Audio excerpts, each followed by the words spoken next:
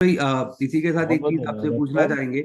हम early stage जो entrepreneurs जो आपको लुक अप कर रहे हैं अभी, वो जरूर मुझे जानना चाहेंगे आपसे एक सवाल कि अर्ली स्टेज में इंक्यूबेशन का मतलब रोल जो है आपकी लाइफ में, तो इंक्यूबेटर जब आपने चुना होगा, स्टार्टेड में यूपी हैं, तो कुछ डिफिकल्टी आई या फिर it's a good go process? और कितना इंपॉर्टेंट है ये? काफी लोग इसको इम्पोर्टेंट भी मानते हैं और काफी लोग इसे इम्पोर्टेंट भी नहीं मानते हैं। वो कहते हैं कि भाई चलना ही चल पड़ो बस और देखा जाएगा।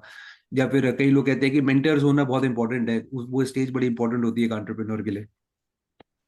हाँ, मैं पहली चीज तो मैं बताऊंगा कि मैं खुद भी वैसे पहले एनआरआई था। तो मैं पहले इंडिया से बाहर ही था और मैं आया भी इसी के लिए हूँ। और एक चीज और बताऊं कि लाइक ना कि अगर अगर आपको लगता है कि आप अकेले ही सब कर सकते हो, आपको इंक्यूबेशन की जरूरत नहीं है, तो मैं बोलूंगा कि लाइक ना आप एक तरीके ना आपको बहुत सारी चीजों के बारे में नहीं पता हो, सब कुछ पता हो। इंक्यूबेटर का रोल वहीं पे आता है, वो आपको मार्केट से कनेक्ट करता है। आपको कई सारी नई चीजें पता चलती है। और एक मेंटोर का होना बहुत जरूरी होता है, क्योंकि जब मैंने इस प्रोजेक्ट को स्टार्ट करा था तो मॉडल बहुत अलग था। तब शायद अगर आप उस समय का मॉडल देखते तो मैंने बहुत सारा नुकसान झेला हुआ है ना, क्योंकि मैं तब अपने अपने में था। हाँ, जब इंक्यूबेटर वगैरह जुड़ते हैं, मेंटोर जुड़ता है, तो वो ऐसी ऐसी बातें आपको बताता है, बुरी लगती हैं थोड़ी देर, क्योंकि ये हमारा अपना बेबी होता है ना। तो हमें अच्छा नहीं लगता कि कोई हमको सजेस्ट करे, तो बुरा लगता है। लेकिन जब आप बैठ के सुनते हैं ना, तब आपको समझ में आता है कि हाँ भाई, ये गलतियां हैं और आप तभी आप चीजें चेंज करते हो। नहीं तो आप अगर सिर्फ अपने अपने में रहेंगे तो आपको ना तो मिस्टेक्स पता चलेंगी और वो रिफाइन नहीं हो पाएगा। आज अगर मैं इस प्रोजेक्ट पे हूँ, तो अब एटलीस्ट अगर मैं ये प्रोजेक्ट किसी क्लाइंट को बताता हूँ तो उसको अच्छा लगता है।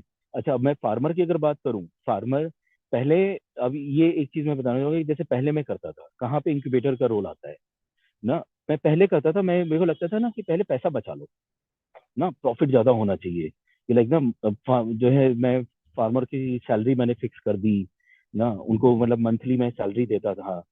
तो मैंने क्या करा, मैंने इस तरीके से मैंने अपने ऊपर लाइबिलिटी पाल ली, जो मुझे नहीं समझ में आ रहा था। मुझे लगा था यार ये ज्यादा सही है, फार्मर की सैलरी बांध दो, उसको इतना दो, बाकी का पैसा अपने पास। फिर समझ आया कि लाइक लाइबिलिटी आपने पाल ली हो, लाइबिलिटी होने से क्या होता है कि आपके बिजनेस की ग्रोथ रुक जाती है, सबसे पहले स्पीड स्लो हो जाती है। एंड दूसरा, जो रिटर्न जो ना, क्योंकि अब आपका ऑपरेशंस बहुत बढ़ गया, आपकी मॉनिटरिंग बहुत ज्यादा बढ़ गई। ठीक है, थोड़ा पैसा ज्यादा चला जाए, बट अगर इजी बिजनेस बनाना है तो पहली चीज लाइबिलिटी कम करो, मॉनिटरिंग कम करो। मैंने क्या करा, मैं एक फार्मर को 2 एकड़ पे 14 से 16 लाख रुपए ऑफर करता हूँ, जो कि कोई नहीं दे रहा। 14 से 16 लाख रुपए मैं देता हूँ। मैंने फार्मर को एक तरीके से पार्टनर बना लिया अपना, रेवेन्यू शेयरिंग। 20 to 30% शेयर करता हूँ। मोबाइल ऐप पे अगर उसकी जो है रेटिंग अच्छी रहती है, 4 to 5%, तो उसको 2 लाख, सॉरी 4 लाख रुपए और देता हूँ उसको साल के आखिरी में। और अगर आपकी और रेटिंग वगैरह अच्छी है, 1 साल के बाद में आपको 15 से 20 लाख रुपए का लाइफ कवर भी मिलेगा फार्मर को।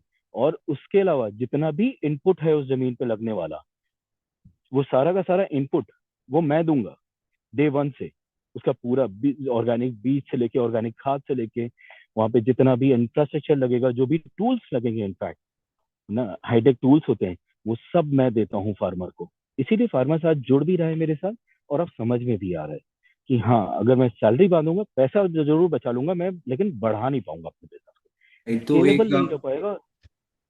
आपको जी, एक अच्छी डायरेक्शन देने का रोल जो एक मेंटर का होता है, वो कहीं ना कहीं काम आते ही आता है अर्ली स्टेज के लिए। एब्सोल्युटली। राइट। और हम सभी इंसान हैं, तो हम लोग हमेशा कहते हैं ये जितने भी हमारे स्टार्टअप चाणक्य हैं, ये चौराहे पे ही मिलते हैं।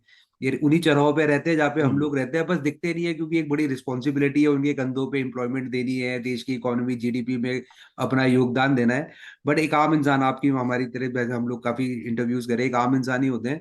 इमोशंस होते हैं उनके अंदर, मेंटर एक रोल पैदा करता है कि उन इमोशंस को काबू कर पाता है, वो कभी उनको राइट डायरेक्शंस दिखाता है उस इमोशंस को कि अपनी एनर्जी यहाँ पे लगाइए, यहाँ पे ज्यादा कीजिए।